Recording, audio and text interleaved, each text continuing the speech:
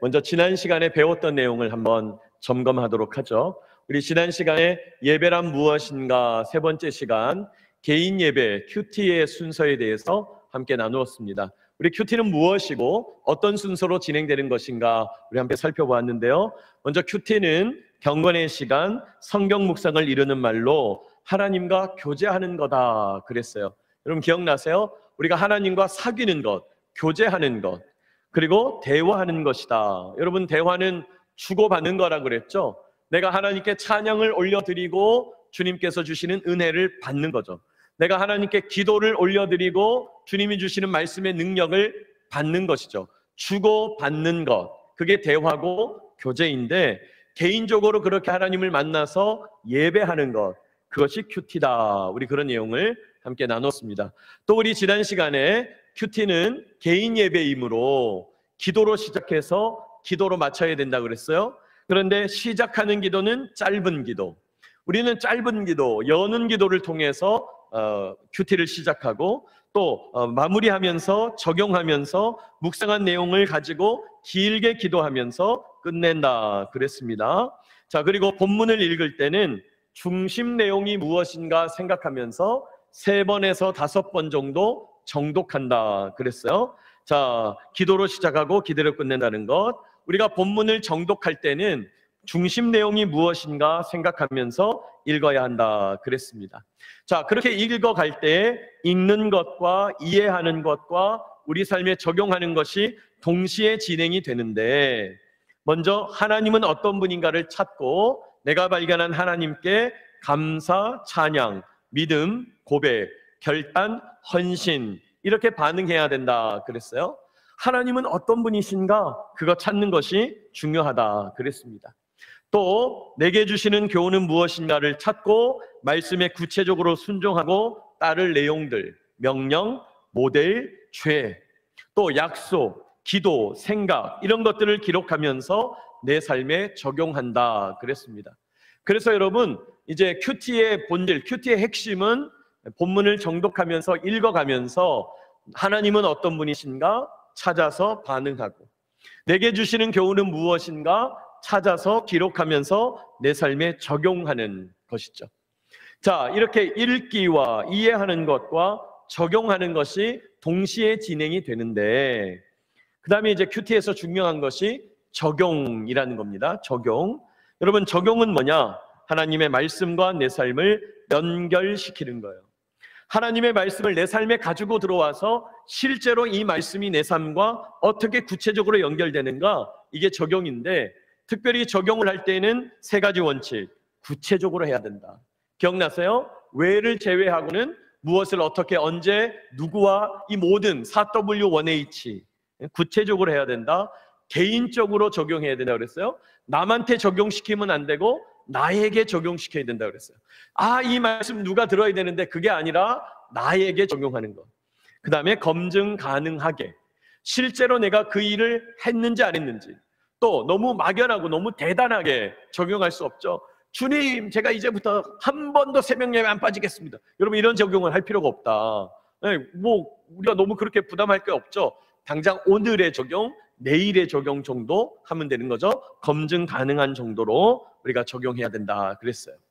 자, 그리고 이제 마지막으로 큐티는 개인적인 차원에서만 하는 것이 아니고 말씀을 나눔으로 완성된다 그랬어요. 큐티의 완성, 큐티의 꽃이 뭐냐? 말씀을 나누는 거예요. 묵상을 나누는 거예요. 동역자의 나눔을 경청하고 그랬죠? 여러분 기억나세요? 3가지 경청의 원리, 눈을 맞추자, 추임새를 넣자, 정면을 응시하자, 제가 그런 말씀을 드렸습니다. 자, 경청하고 나의 묵상을 나누어야 된다 그랬습니다.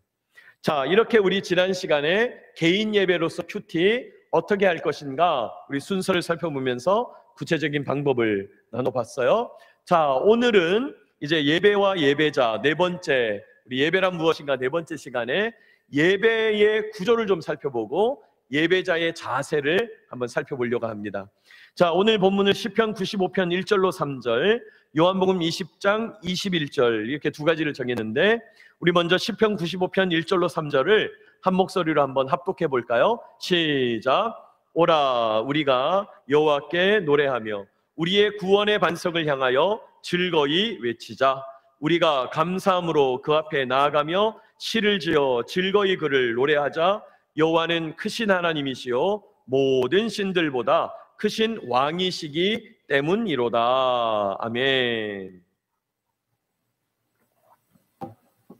여기 말씀해 보니까 우리가 여호와께 노래하며 구원을 반석을 향하여 즐거이 외치면서 2절 감사함으로 그 앞에 나가자 이렇게 얘기해요. 감사함으로 그 앞에 나가자. 여러분 이제 이 구절을 구체적으로는 제가 뒤에서 좀 살펴보겠습니다만은 우리가 주님께 나아갈 때 감사함으로 나아간다. 이게 중요하다는 거예요. 그리고 우리는 나아갈 때 누구에게 나아가는가? 하나님께 나아가는 거다. 그게 중요하다는 거예요. 자, 또 요한복음 20장 21절 같이 읽어볼까요? 시작. 예수께서 또 이르시되 너희에게 평강이 있을지어다. 아버지께서 나를 보내신 것 같이 나도 너희를 보내노라 그랬어요. 예배는 하나님께로 모여듣는 것뿐만 아니라 하나님께 은혜를 받고 보내노라, 파송하는 모습도 있다는 거예요. 파송하는 측면도 존재한다는 거예요. 그런 예배의 구조를 이제 말씀하는 겁니다. 자, 왜 이 말씀을 오늘 제가 본문으로 삼았는지 구체적으로 이제 뒤에 나올 텐데요. 자, 여러분 교재 2페이지 아래쪽에 나와 있는 그림을 보시면서 한번 살펴보시기 바랍니다. 여러분 예배의 사중 구조가 있다. 제가 말씀드리는 거예요. 예배의 사중 구조. 예배의 사중 구조가 뭐냐? 먼저 예배, 우리 이전 시간에 배웠던 예배에 대한 내용 기억나시죠? 예배는 뭐냐? 특정한 시간과 공간에서 하나님과의 만남을 재현하는 시간이에요. 재현하는 사건이에요. 기억나시죠? 찬양으로 하나님 만난다. 성경을 읽고 묵상함으로 하나님 만난다. 설교 들으면서 하나님 만난다. 기도하면서 하나님 만난다. 헌신하면서 하나님 만난다. 이런 하나님 만나는 일들을 구체적인 시간과 공간 속에 모아놓는 거죠. 그게 예배다 하는 거예요. 예배의식, 예배의 예전, 그건 이런 구체적인 만남의 사건이라는 거예요. 자, 그러니까 예배는 한마디로 얘기해서 누구를 만나는 겁니까? 하나님을 만나는 거예요. 하나님을 만나는 거다. 이게 중요해요. 우리가 이 개념을 잊어버리면 안 됩니다. 하나님을 만나는 거다. 자, 우리가 이제 하나님을 만나는데 그러면 예배 구조가 어떻게 되는가? 거기 나오는 그림을 한번 살펴보시기 바랍니다. 자, 화면도 나와요. 먼저 우리는 세상 속에서 살아가는 그리스도인이에요. 우리가 하나님의 백성으로 살지만 사실 우리는 세상 속에 흩어져서 살아가고 있죠. 직장으로도 나가고 일터로 삼터로 가정 속에서 여러 관계 속에서 세상 속에서 살아가고 있다는 거예요. 자, 그런데 우리가 예배를 드린다는 것은 어디로 가는 거냐? 하나님의 보좌 앞으로 나가는 거예요. 하나님의 보좌 앞으로. 세상에 살던 우리가 잠시 세상을 등지고 하나님께 집중하는 시간, 하나님의 보좌로 나아가는 시간이 바로 예배라는 거예요. 자, 이렇게 세상에 있는 그리스도인이 하나님의 보좌로 나아가는 이 구조 가운데 특별히 4개의 구조가 있는데 그걸 예배라고 하는데 첫 번째 구조는요, 하나님께 나아가는 시간이 있어요. 예배는 하나님께 나아가는 단계가 있다는 거예요. 네, 주님, 제가 지금 잠시 세상을 등지겠습니다. 잠시 세상에 여러 가지 복잡다단한 일 내려놓겠습니다. 여러분, 우리가 예배 드리겠다 할 때 갑자기 예배 모드로 싹 변한다. 그러면 좋지만 그러기가 어렵거든요. 그러니까 우리가 세상에 놓고 왔던 것 다 잊어버리고 하나님께만 오로지 집중하며 나아가는 시간이 필요하다는 거예요. 그게 하나님께 나아감이에요. 하나님께 나아감. 자, 그렇게 하나님께 나아가게 될 때 하나님께서 우리에게 생명의 말씀을 선포해 주시는 거죠. 설교하시는 거예요. 생명의 말씀을 우리에게 전해 주시는 거예요. 이게 설교죠. 생명의 선포, 설교. 뿐만 아니라 우리에게 기록된 말씀, 선포된 말씀만 주시는 게 아니라 또 주시는데 생명의 식탁을 허락하십니다. 생명의 식탁. 이걸 성찬이라고 불러요. 성찬. 여러분, 예수님이 잡히시던 날 밤에 제자들과 함께 나누었던 바로 그 식사, 저녁 식사라고 그래서 성만찬. 근데 이제 우리는 저녁 만찬을 빼고 거룩한 식사, 성찬 이렇게 부른다는 거예요. 사실은 우리가 하나님께 나아가서 예배 드릴 때마다 원래대로는 성찬을 해야 돼요. 초대교회는 성찬을 했다는 거예요. 물론 오늘날 교회는 우리가 절기 때 한다든지 이 성찬의 의미를 더 잘 살리기 위해서, 여러분 이 성찬이라는 것을 매번 하다 보니까 감동이 좀 줄어들고 또 기계적으로 하게 되고, 그래서 사실은 로마 카톨릭 같은 데서는 성찬을 약식으로 하면서 잔은 받지 않고 영성체만 이렇게 입에 넣어주잖아요. 그러니까 그런 식의 기계적인 성찬이 될까 두려워서 우리 이제 성찬을 아껴서 하는 거죠. 그러나 어쨌든 하나님께 드리는 예배 가운데 성찬도 한 기둥을 차지하고 있다는 거예요. 자, 그렇게 하나님의 생명의 말씀을 선포받고 설교, 하나님이 베푸시는 생명의 식탁, 온 교회가 성찬에 참여한 다음에 힘을 얻어요, 능력을 얻어요, 지혜를 얻어요, 공급받는 거예요. 그 다음에 어떻게 합니까? 세상으로 파송되는 겁니다. 세상으로 파송. 예배는 바로 이런 구조로 이루어진다는 거예요. 여러분, 이 예배의 사중구조 개념이 너무너무 중요해요. 세상 속에 살아가는 그리스도인들이 하나님의 보좌 앞으로 나아가게 되는 거예요. 그럼 어떻게 나아갈까요? 찬양하며 나아가죠. 감사하며 나아가죠. 기도하며 나아가죠. 우리가 예배 처음 시간에 하는 모든 활동들 하나님 앞으로 나아가는 일입니다. 그리고 하나님의 말씀, 생명 말씀을 선포하는 거예요. 설교를 듣고 성경을 봉독하고 말이죠. 물론 성찬을 하게 되면 또 성찬을 베풀게 되고, 그 다음에는 성도들이 교제하면서 또 하나님 앞에 기도하고 헌신을 다짐하면서 주님 내 삶을 하나님께 드립니다, 헌금, 상징으로서 물질을 드리면서 그렇게 세상으로 파송받아 나아가는 거예요. 이것이 바로 예배의 사중구조다. 예배 드리는 분들, 특별히 찬양 인도하는 분들, 찬양으로 영광 돌리는 분들, 이 개념을 분명히 알고 있어야 돼요. 예배의 사중구조가 있다는 것입니다. 자, 이 예배 사중구조를 우리 교회의 예배 순서에 한번 적용해 볼까요?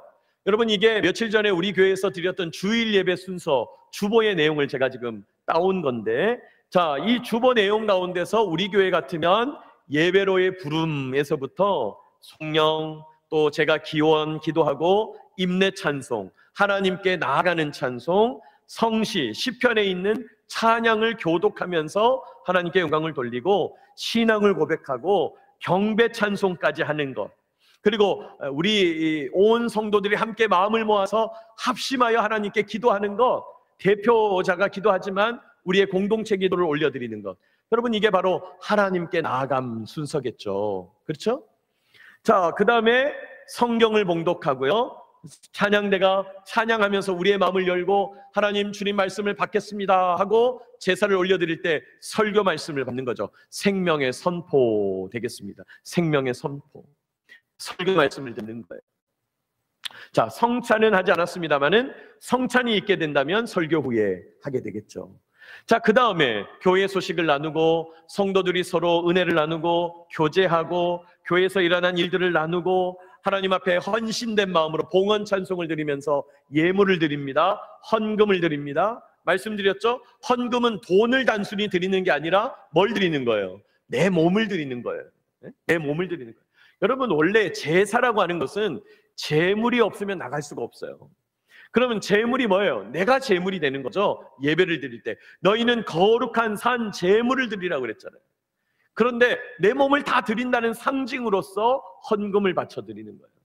자, 그렇게 헌금하고 축복기도, 목사님이 축복하면서 파송하는 기도, 예수님의 은혜와 하나님의 사랑과 성령님의 교통하심이 우리 성도들과 늘 함께 있게 해주십시오 하고 파송하는 것입니다. 세상으로 나아가는 거예요.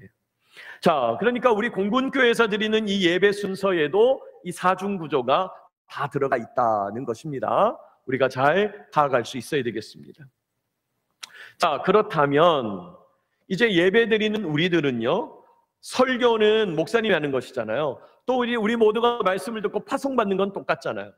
중요한 건 예배의 관건이 어디 있어요? 하나님께 나아가는 데 있다는 거죠. 그러므로 이제 두 번째, 하나님께 나아가는 예배자, 우리가 예배자로서 어떤 자세를 가져야 되는가, 우리가 그것을 잘 기억해야 되겠죠. 제가 거기 시편 95편 1절과 2절 말씀을 유인물에 실어 두었는데 우리 각자의 처소에 있지만 같이 한번 읽어봅시다. 시작. 오라, 우리가 여호와께 노래하며 우리의 구원의 반석을 향하여 즐거이 외치자. 우리가 감사함으로 그 앞에 나아가며 시를 지어 즐거이 그를 노래하자 그랬어요. 자, 우리가 하나님께 나아가게 될 때 먼저 뭐라고 얘기합니까? 우리의 구원의 반석을 향하여, 이렇게 말하죠. 구원의 반석 되시는 하나님. 여러분, 반석이 뭡니까? 바위. 바위는 절대로 움직여지지 않는다는 거예요. 하나님이 우리의 구원을 반석, 바위처럼 확정하셨다는 거예요. 흔들리지 않는다는 거예요. 그렇게 우리가 구원을 받았는데 구원받은 자가 느끼는 은혜, 하나님의 은혜로 내가 구원받았습니다. 기쁨, 네 주님, 내가 구원받아서 너무 기쁩니다. 라는 은혜와 기쁨을 찬양하는 거예요. 여러분, 우리가 하나님께 나아갈 때, 찬양을 드릴 때 막 그냥 죽을 상을 쓰고 막 너무 힘들어가지고 고통스럽습니다, 이렇게 하나님께 나아갈 게 아니라, 하나님께 나아갈 때는 구원의 은혜와 기쁨을 찬양하면서 나아가야 된다는 거예요. 우리의 예배 주제는 구원이라고 그랬잖아요. 여러분, 우리 주일 예배 이전에 몇 번 전에 드릴 때 교회 다니는 이유 기억나세요? 우리가 교회 왜 다닌다는 거예요? 우리가 구원받기 위해서 교회 다니는 거예요. 또 교회를 다니고 하나님을 만나고 예배를 드리고 하나님과 교제하고 연결되고 동행하고 소통한다, 뭘 의미한다 그랬어요? 그게 구원이라는 거예요. 하나님과의 만남, 하나님과 만난 상태 자체를 구원, 하나님과 연결된 상태 자체를 구원이라고 한다는 거예요. 그러므로 우리는 구원을 찬양하는 거죠. 우리를 구원하신 하나님, 그걸 찬양하는 겁니다. 자, 그러면서 오늘 또 시편에 보니까 우리가 감사함으로 그 앞에 나아간다 그랬어요. 감사함으로. 여러분, 하나님과의 관계를 여는 문이 있다면 감사다는 거예요. 여러분, 고대 근동에서 문화 가운데, 우리나라도 마찬가지죠. 옛날에 왕에게 나아갈 때는 여러분, 고개를 빳빳이 들고 눈 똑바로 보면서 왕한테 가면 안 되죠. 어떻게 해야 돼요? 완전히 이렇게 숙이고 눈을 가려서 왕 앞에 가야 되는 거예요. 왜요? 왕이 어려운 거예요. 왕 앞에 잘못 나가면 죽는 거예요. 옛날 고대 근동의 큰 제국에서는 신하들이나 왕비 같은 사람들이 왕이 부르지도 않았는데 함부로 나온다, 그럼 바로 죽는 거예요. 목이 댕칵 날아가는 거예요. 그렇게 왕에게 나아가는 것이 어려운 일인데, 우리 왕 되시는 하나님께 나아가는 방법, 하나님은 뭘로 나갈 때 기뻐하시냐? 감사함으로 나갈 때. 감사함으로 나갈 때. 여러분, 예배 드릴 때 기계적으로 나오는 것이 아니라, 예배 드릴 때 시간 됐으니까 가는 게 아니라, 습관적으로 가는 게 아니라 감사함으로 나가야 된다. 감사. 이런 분이 있죠.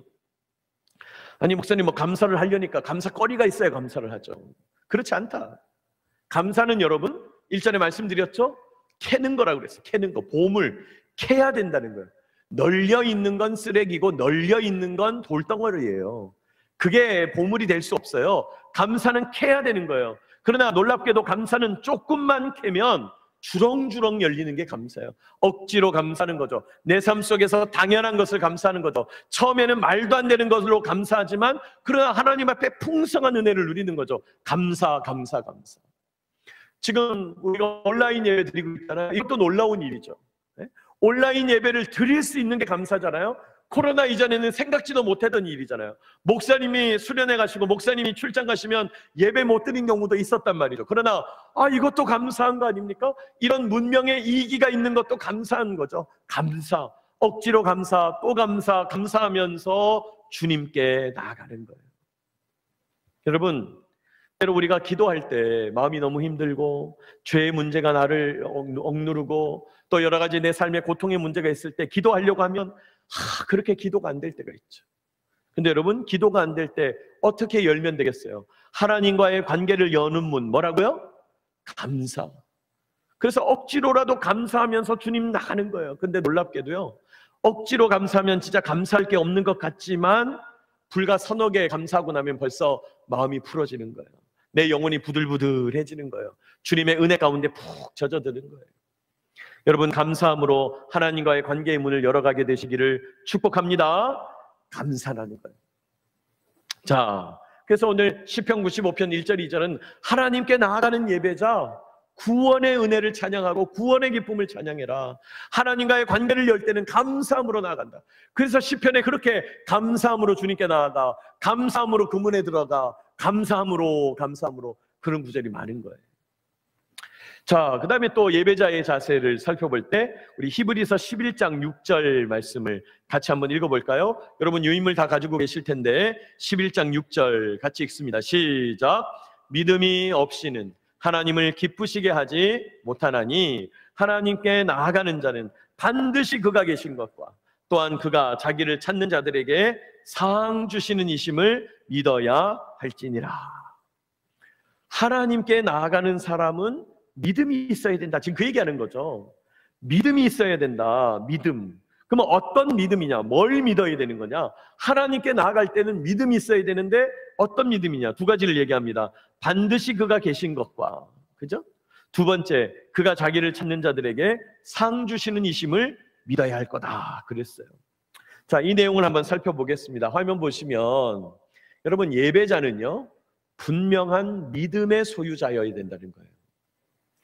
여러분, 믿음이 없이 예배에 나오게 되면 꽂아 놓은 보리자루 같은 느낌이에요. 여기는 어디? 나는 누구? 나는 왜 이러고 있나? 이런 느낌이 드는 거죠. 네? 여러분, 처음 전도되어 가지고 혹시 뭐 그런 경험 있으신지 모르겠어요. 처음 전도되어 가지고 내가 생판 모르는 교회 예배당에 쑥 들어가잖아요. 우리 교회 오래 다닌 분들은 벌써 그런 감정을 다 잊어버렸는데, 저도 지금부터 아주 수십 년 전입니다만은 대학 처음 서울로 가가지고 서울에 이제 아무도 연고 없는 교회에 처음 가서 예배 드리는데 그냥 얼마나 쭈뼛쭈뼛한지, 평생을 교회 다닌 모태신앙인데도 처음 교회 가는 게 얼마나 어려운지 말이죠. 아무도 신경 안 쓰는데 괜히 나 혼자 세상 사람들이 나 쳐다보는 것 같은 느낌? 네? 그런 느낌이 있는 거죠. 여러분, 그만큼 교회 나와서 예배 드리는 것이 어려운 일인데, 그런데 예배는 어떤 사람이 드리는 거냐? 믿음을 가지고 예배를 드려야 된다. 분명한 믿음의 소유자여야 참된 예배가 된다는 거예요. 오늘 성경에 말하잖아요. 믿음이 없이는 하나님을 기쁘시게 하지 못하나니 하나님께 나아가는 자는 믿어야 할지니라. 믿음이 있어야 된다는 거예요. 믿음, 분명한 믿음.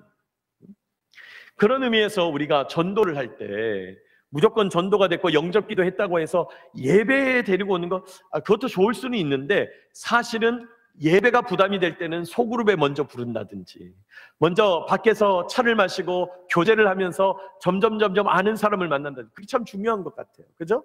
그리고 예배의 의미를 가르쳐주고 분명한 믿음을 가지고 예배에 참석할 수 있도록. 여러분, 믿음 없이 예배에 참석하면 글쎄 그렇게 구경꾼일 수밖에 없어요. 네?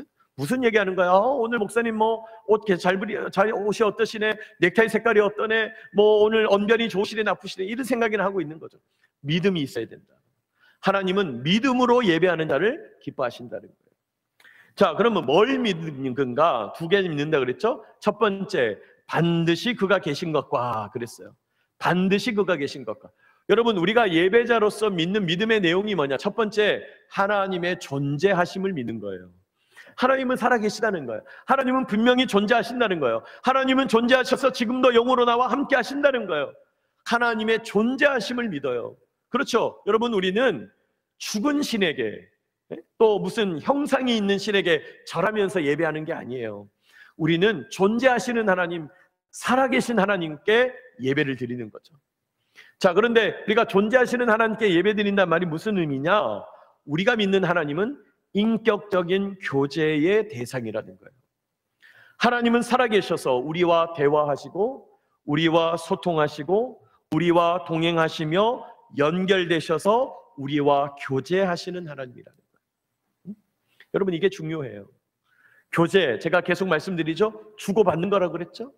내가 하나님께 찬양을 드렸더니 하나님이 주시는 은혜가 내 마음에 풍성하게 임해요.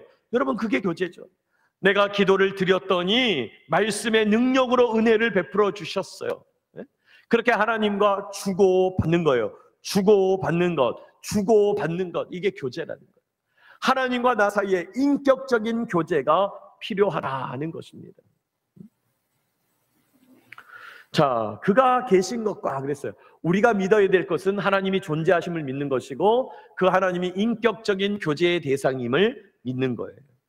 또 우리는 뭘 믿어야 되는가? 두 번째, 자기를 찾는 자들에게 뭐 주시는 분? 상 주시는 분임을 믿어야 돼요. 상 주시는 분. 여러분, 하나님께서 자기를 찾는 이에게 상을 주신다. 이 말 속에 어떤 의미도 있을까요? 상을 주시니까 뭐도 주실까요? 벌도 주시는 거죠. 네? 상을 주신다는 말은 벌도 주신다는 말이에요. 뭘 의미합니까? 다스리신다 이 말이에요.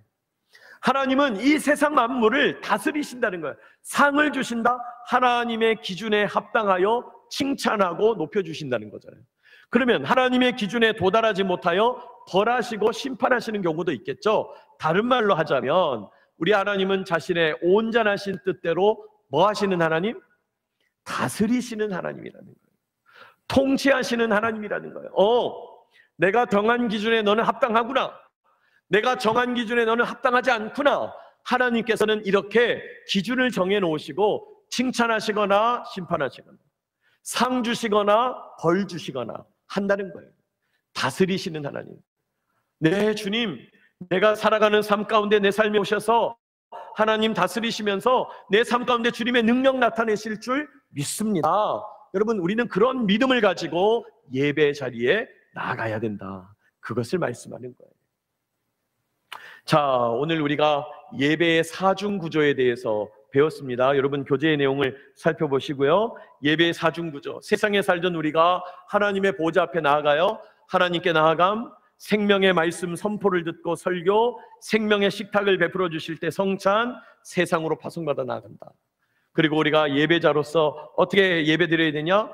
구원의 은혜를 생각하면서 기뻐하면서 감사함으로 문을 열면서 또 믿음을 가지고 주님께 나아가야 된다. 하나님은 살아계셔서 인격적으로 교제하시는 하나님이다. 상 주시는 분과 동시에 벌 주시는 분이다. 우리를 다스리시는 분이다.